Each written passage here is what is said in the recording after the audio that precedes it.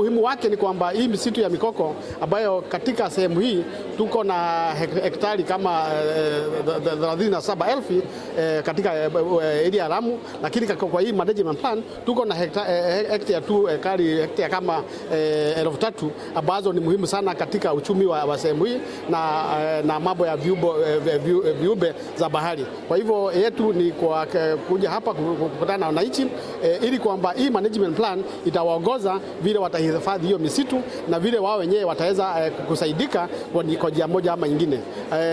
Juu ya hiyo tumekuja kuhimiza wananchi waweze kuona vile watashirikiana na serikali ili tukatekeleza yale matakwa ya serikali kwamba tuweze kupanda miti ya kutosha katika nchi yetu, kwa sababu tuko na ile kiwango tunataka kufikisha kufikia mwaka wa 2032 ya 30% ya misitu katika nchi. The good thing wako now na restoration plan, so it enables them to restore the mangroves. They know how many mangroves they have and what they need to restore. So that is number one.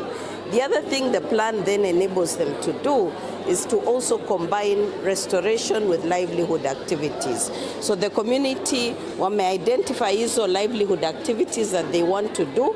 We've seen some of them out there. We've seen cage crab farming, we've seen honey. So those are activities that they can actually take part in.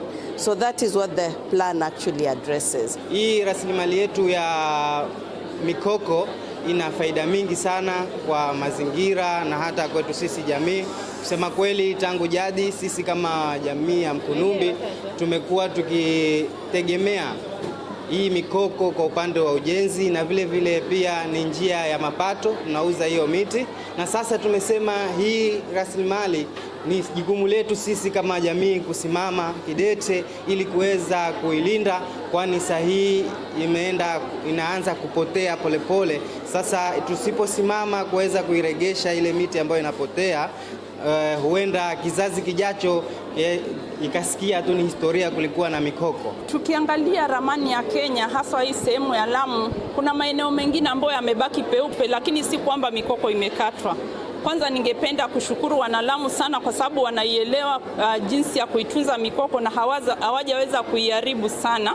Kwa hivyo kuna maeneo mengine ambayo yako wazi, lakini yamekuwa hivyo tangu jadi. Kwa kimombo tunaweza sema ni bare tidal flats.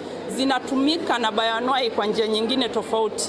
Lakini tukiangazia maeneo ambayo yameathirika, kwa sasa tumetoa mpangilio mpya ambao tunaita National Mangrove Restoration Guideline, ambao itasaidia jamii sio ya Mkunumbi tu lakini Kenya nzima, ili waweze kupata mwongozo bora ya kuweza kurejesha mikoko kwa maeneo ambayo yameathirika. Na katika kuirejesha tutaweza kupata miti yetu back, lakini pia zile services zote ambazo tunapata katika mikoko itazidi kuboreshwa zaidi.